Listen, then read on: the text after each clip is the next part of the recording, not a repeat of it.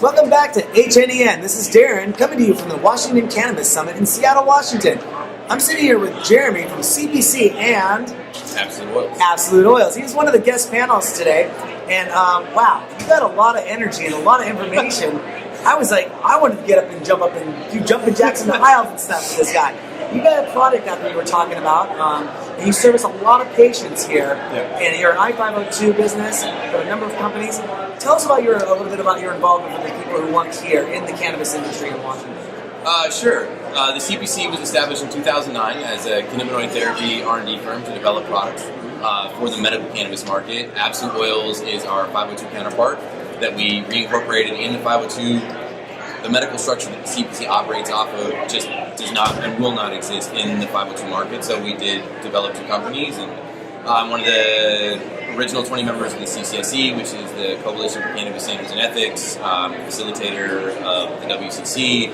I'm treasurer of the Washington State ASA chapter, and I'm also co-owner in Cannabis, which is a Awesome. So it sounds like you're pretty active in the legalization of cannabis, or in the community of it. Yeah. Why do you feel it's so important to legalize cannabis? Oh my gosh, I'm trying to make this answer short. I mean, really, like we talked about here at the summit today, the cannabis and hemp really are the new echelon for the human race. That really we don't even understand as a species how powerful and effective cannabinoids are for the human body, but how much hemp can produce by polymers, plastics, byproducts, food.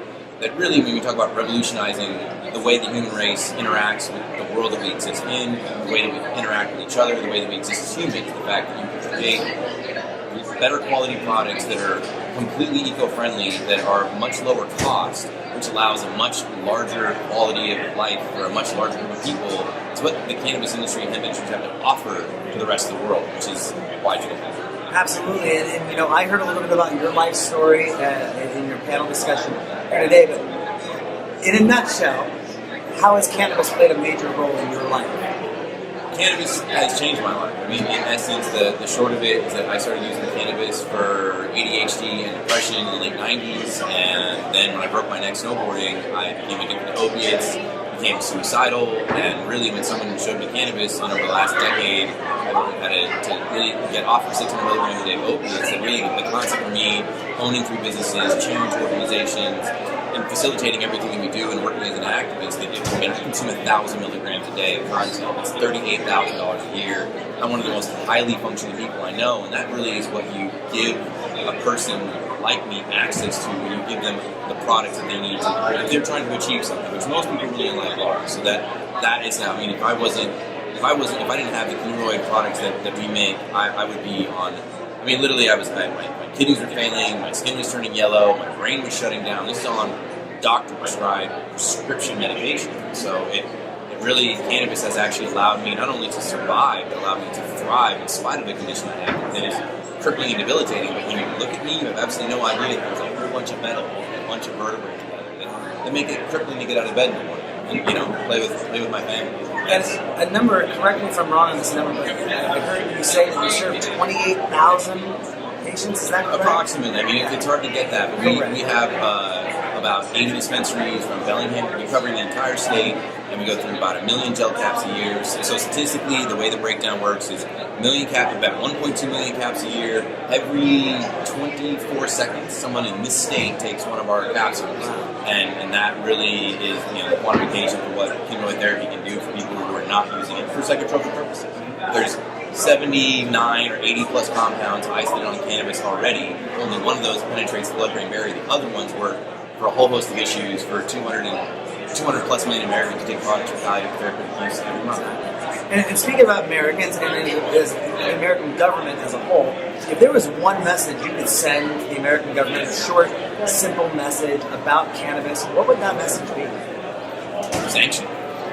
That's it. I mean, that allow these people to do their research, allow these people to do their work. These products, and this plant have been a part of this culture, part of the human race since its inception. And the fact that we as a government and we as a country have the ability to set an example for the entire world, that would be it. Just a sanction to allow us to do the work that's going to make the world a better place for everybody else. And speaking of, once it does get sanctioned, once it is allowed, and it's now up to the responsibility of parents educating their kids. What would be that message that you would send to parents on how to educate their children to bring them up in a marijuana-free or cannabis-free world? It's the same way you bring up any other topic. You come with grace and patience, that you're really coming at it from an educational standpoint, the same way you would talk about anything that you would want to make sure your child knew that it was important to understand, that you really come at it with an open mind, and that there is enough information where you do not have to instill fear, that it really is about the responsibility of the end user, which is the child, even the parent themselves. That it really comes down to each of us as individuals to moderate our own systems, and that you now have the ability and the knowledge to do that as a free person.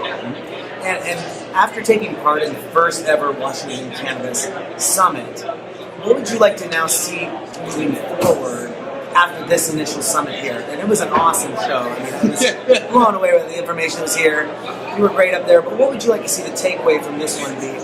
By the time the next one happens, if it's going to be a yearly event, what would you like to see happen in the next year or the following years? Sanction.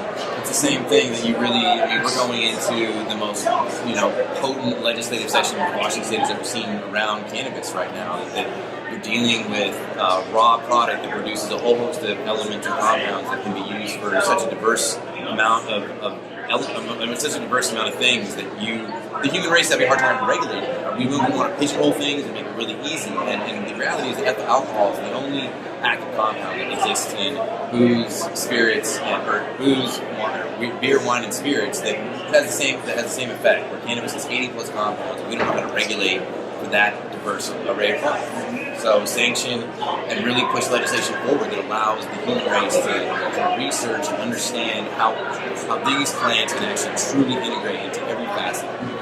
Awesome. And so, Jeremy, where can people find out more information about your companies, your organizations, and everything that you do? Where's a good one? Is there a one-stop shop? Yeah, the one-stop is the cpc.org, so www.thecpc.org. That'll probably pretty much give you the gateway to all the other organizations that I'm affiliated with and all the work that we're doing. Awesome. Jeremy, thank you for coming on HNEN. Awesome. Have a good day. Yeah, not a problem. Don't forget to go to our website, hempfest.org, where you can find out more information about events, activities, and how to volunteer and get involved with Seattle Hemp Fest. This is Darren with HNEN, coming to you from the Washington Cannabis Summit in Seattle, Washington. We'll be right back.